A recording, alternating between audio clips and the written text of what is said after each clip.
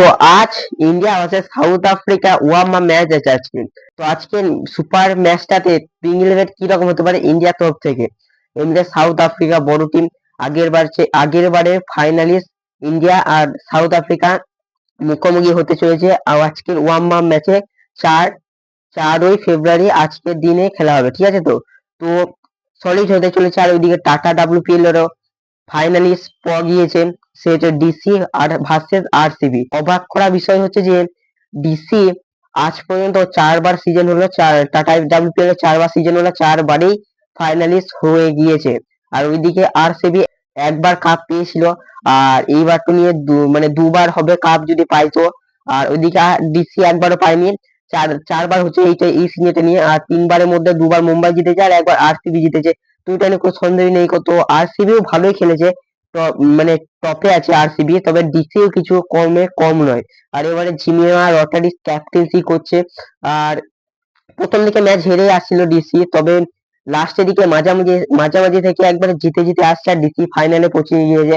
কালকের ম্যাচটাতে গুজরাট জায়েন্টস কে হারিয়ে দিয়ে উঠেছে, দুর্দান্ত খেলে ফাইনালে উঠে গিয়েছে। কালকে ম্যাচ আছে আরসিবির সাথে ডিসি, সন্ধ্যেতে 7টা থেকে শুরু হবে, 7:30 থেকে শুরু হবে। তো তো কালকে ম্যাচটা হবে, ঠিক আছে। তো তো এবার আসা যাক India versus south Africa playing ইলেভেনের বিষয়ে। তো প্রথমেই বলে রাখি খেলাটা হবে মুম্বাইয়ে। তো মুম্বাইয়ে একটা স্টেডিয়াম আছে, সেইখানে খেলা হবে। তো সেই ম্যাচটাতে আজকে যদি দেখা যায় প্লেইং ইলেভেন, তাহলে অভিষেক শর্মা থাকবে, এটা নিয়ে কোনো সন্দেহ নেই। এটা থাকবে, এটা নিয়ে কোনো সন্দেহ নেই। তবে 2 নম্বরে যে প্লেয়ারটা থাকবে সেটা নিয়ে খালি সন্দেহ আছে, সেটা হচ্ছে যে সঞ্জু স্যামসন।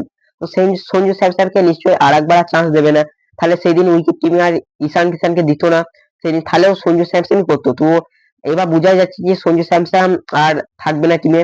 এই টিমে দ্বিতীয় উইকেট কিপার হিসেবে থাকবে, গ্রাউন্ডে জল টল দেবে, এরকম কিছু করবে। তো খারাপ লাগছে সঞ্জু স্যামসনের জন্য, তার কারণ সঞ্জু স্যামসন সম্মত মানে ভালোই খেলেছিল। সঞ্জু স্যামসন আগে 2024 সালে ওর ভালো গিয়েছিল, তবে 2025 সালে ঠিকঠাক করে চান্স পেলো না। একবার 3, একবার 5, একবার চান্স পেলোই না, একবার ওপেনিং তো পেলো।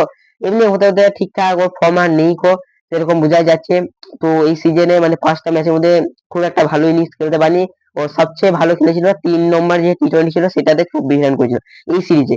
তো এটা খুব খারাপ হয়েছে, সঞ্জু স্যামসন তেমন খেলতে পারলো না।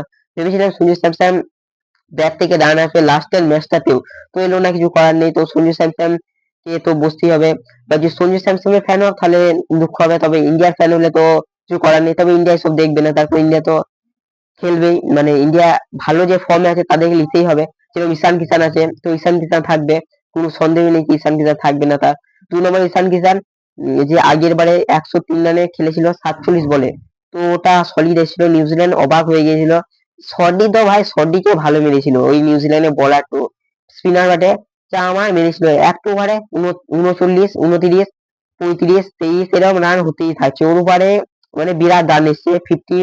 কি বলবো, সত্যি ভাই ঈশান কিষান সলিড মেরেছিল। ঈশান কিষান আর সূর্য কুমার যাদব দুজনেই ধাঁধা খুলে দিয়েছে সলিড, ঠিক আছে। তো তো স্পিনারের পিস ছিল, তবে স্পিনার কোনো কাজ করতে পারেনি। তারপর ঠিক আছে, তো তারপর 3 নম্বরে থাকবে তিলক বর্মা, জয়েন করছে তিলক বর্মা আজকের ম্যাচে ফাইনালিস্ট তিলক বর্মা দেখতে পাবো অনেকদিন পর।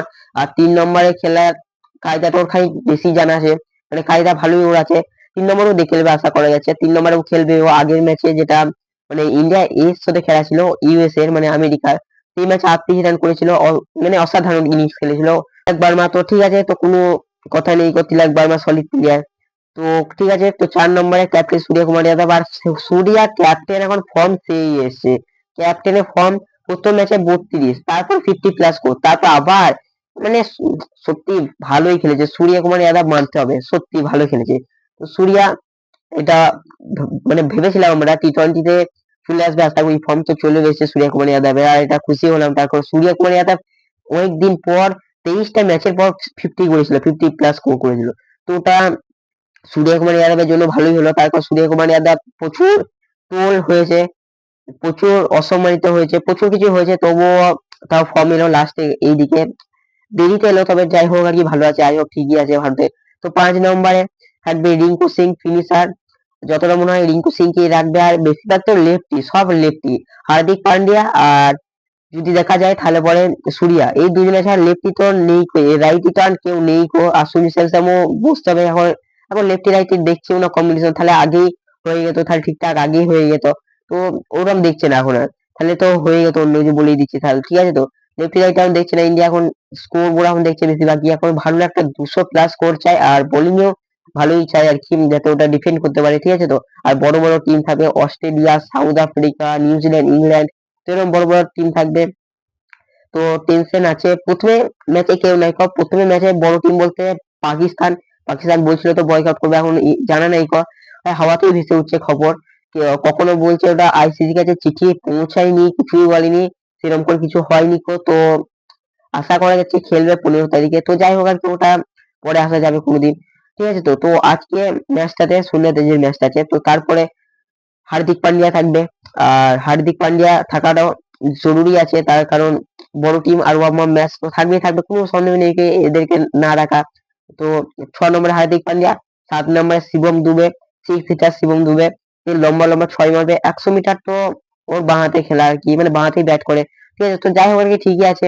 তো কোনো ব্যাটিং এর উপর কোনো ভরসা, মানে ভরসা আছে, অপূর্ণ ভরসা আছে। আর কোনো একজন আছে, সেটা আছে অক্ষর পটেল বাপু, ভাইস ক্যাপ্টেন, তো অলরাউন্ডার ও। তো অক্ষর পটেল, শিবম দুবে আর হার্দিক পান্ডিয়া এরা তো অলরাউন্ডার, তো ওদেরকে নিয়ে কোনো সন্দেহ নেই, কোথায় এরা খেলে দেবে, এটা আরামসে আমরা জানি সবাই। তো ঠিক আছে, তো এই তো ঠিক আছে।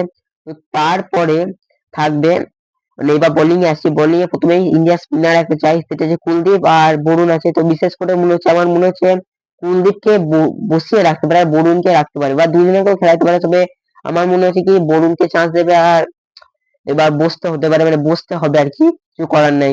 তিলক এই কুলদীপকে, তো কুলদীপ ভালো বলার, তবে কিছু করার নেই, টিম ইন্ডিয়াটাও সবাই ভালো খেলছে, তবে কিছু করার নেই ঠিক আছে। তো তো তারপরে থাকছে, মানে তারপরে থাকছে আর কি, তো বরুণ, তারপরে থাকছে জসপ্রীত বুমরা।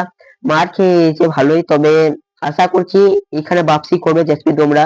আর আশদীপ সিং সে থাকবে, এটা কোনো কথাই নেই, উইকেট নিয়েছিল, তো ভালো করেছিল, 5টা উইকেট নিয়েছিল হার্ষদীপ সিং। তো হার্ষদীপ সিং থাকবে, এটা নিয়ে কোনো জানার কথা আমাদের।